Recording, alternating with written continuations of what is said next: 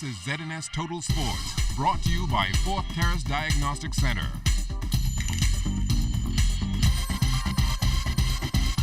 Good evening and welcome to your first look at sports on a Wednesday. I'm Charles Fisher. 6 months after the 42nd BTC Grifter Track and Field Championships held at the Thomas A. Robertson Stadium, the local organizing committee issued a report, and according to Chief Financial Officer Monty Brathwaite, the games were so successful that they made a profit. The overall budget for the games was just over $1 million, and we were able to keep the cost of the games within that budget. Where we made a significant contribution, where things went really well, was the fact that our budgeted revenues were largely exceeded by ticket sales, by sponsorships and events and banners. So at the end of the day, we ended up with a surplus that was generated by this great demand that was generated in large part by our Market and Public Relations Committee that was headed by Mr. Hawk Finnerson and Mr. Sheldon Stewart. So I can say without fear of contradiction that the games were a financial success, and we are very, very appreciative of the fact that we had the use of the stadium at a very reasonable cost. And that in fact contributed significantly in no small way to the success of the games. Some good news, there we'll have much more on where those funds will be allocated later on in sports. Two teams were hoping to celebrate last night as the New Providence Softball Association Men and Ladies Championship continued at the Blue Hills Field, but the players and fans left a bit wet and disappointed. Julian Gibson was one of them, left standing in the rain. Fisher, disappointing night for softball fans at the Banker softball field, where the rain simply washing out play here. Of course, the Proper Care Pool Lady Sharks, they were trailing in the ball game 3-0, but they came back, bottom of the fourth inning, making the score 3-2 when the rain came down. Those championship trophies on display. We'll have to wait until Thursday night. Also, softball fans, they will have to wait on Thursday night to see what will happen between the Sigma brackets and, of course, the Proper Care Pool Lady Sharks. The brackets lead the series 3-1. In the men's series, well, the Arnold Sporting Lodge Hitmen, they also lead the Buccaneers 3-1. So we'll have to wait until Thursday night to see what's going to happen right here at the Banker softball field. Reporting for ZNS Total Sports, I am Julian Gibson. Andros Ladies Champions yet to be decided, but that could change tonight if the Pineville Motel Chickchanis can regroup and wrap up their series with the Sagoma Navigators. A win tonight at the Nicholstown Park, and they can celebrate. Play a lot of defense and keep hitting the ball the same way we did tonight. And I hope and I pray that it work out. So you think you still have chance in this series? Yeah, man. I think we can still come back and win 3 games back to back. Just stay focused, man. Just stay focused. We've been playing good ball all season, so you know, use to drop it now, you know. We can continue. They say they're going to win the next 2. You guys think you're going to close this out pretty soon? Don't give them confidence. See you in Nassau. How the local organization committee of this year's Grifter Games are happy they made a profit. Chairman Basil Christie indicating that things were so good that they were able to make donations to the Beach Race, Special Olympics, and set up a foundation for the Family Islands. Specifically to assist with the training of Family Island track and field coaches, to train recognized talent, track and field athletes in the region, in the Family Islands, to assist them with participating in events regionally, internationally, and also locally, to assist with the purchase of equipment and other necessary aids to develop the track and field programs in the Family Islands. We have set up a program to make this happen, and it will be headed by an executive team, and they will be responsible for the distribution of these funds. The second item of priority is setting up a training program for Family Island coaches. Government school volleyball action in full spike mood. Julian Gibson has all of Tuesday's bumps and spikes. Fisher, yesterday at the F. Adley Gym, government school volleyball action continued. It was a battle between C.R. Walker and C.C. Sweeting. Let's start at the senior girls. So the senior girls, C.R. Walker, boy, they really put it on C.C. Sweeting, winning in 2 sets. We didn't play as good as we usually play, but so far, we played good. What do you see room for improvement for your team? What areas y'all need to improve on? Really nothing, because we're doing good so far, but we just gotta play more, take the ball up and keep the ball up. I think we can do much better because we played much better last year and we played much better as a team in the yard as we practice. But our improvement, we need to pump the ball more, set. We need to do our 3 plays as we practice and just bring our chemistry back together. Now for CC Sweeting senior girls, they are still in the classroom wondering what happened and what went wrong. We wasn't calling for the ball and we was just off today. Well, as my captain said, we wasn't calling for the ball, there was no communication, and I felt that we were just not running the plays well.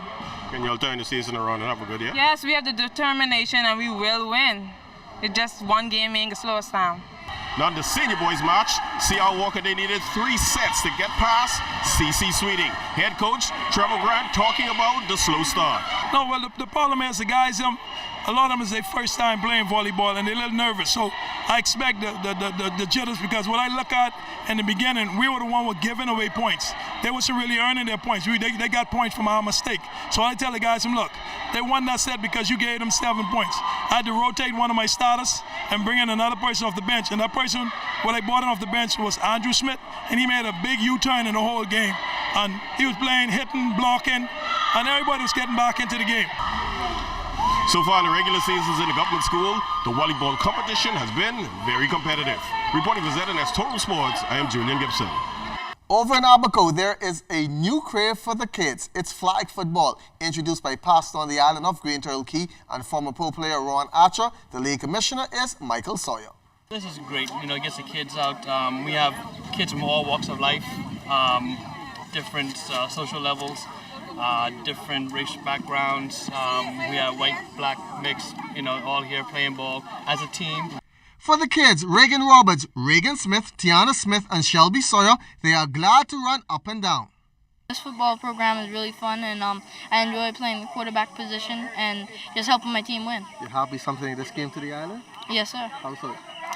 Because before there was really nothing for children to do. You'd have to go off to Cooperstown or Marsh Harbor, but I'm really glad that now you could just be on your own island and be able to play sports. Catch the ball, tuck it, and run. I thought they were going to be tough on me, but it was easy, pretty easy.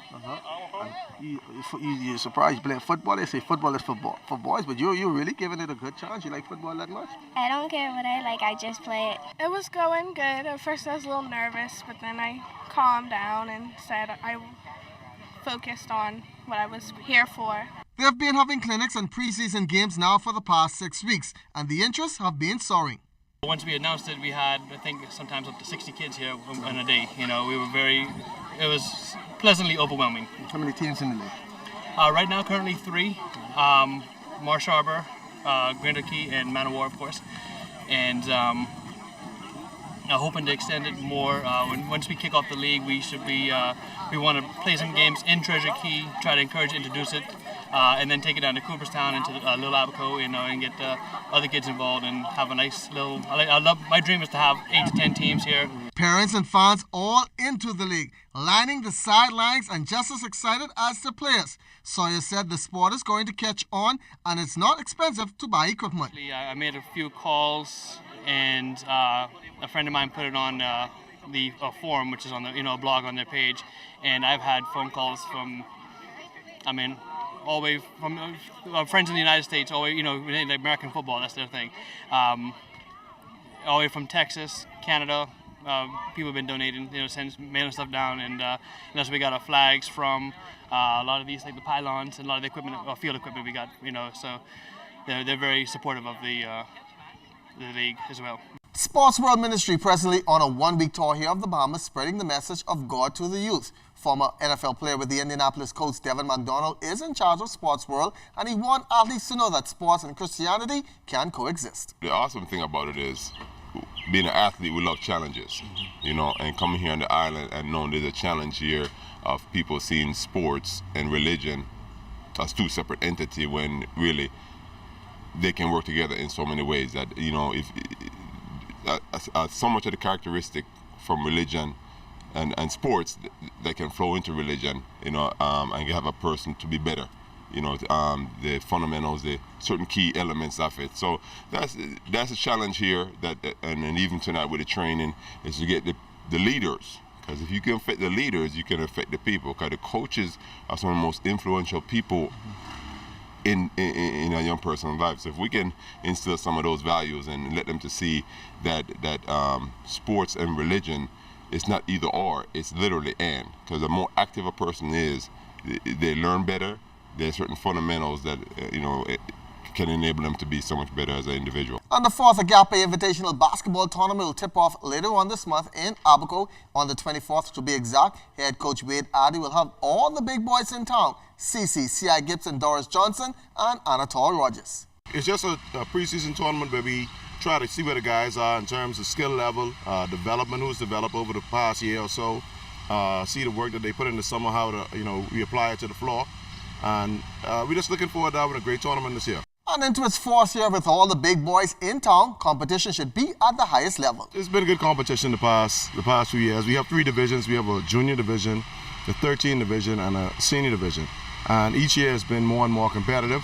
With KJ, he brings his juniors. He doesn't bring his seniors. So they're competitive in that area as well. So we're just looking forward to having another great year, a great competition, good, clean competition, and hopefully it's a springboard for some kids to get off to school. And that's a wrap on Sports Wednesday. I'm Charles Fisher. Thanks for watching.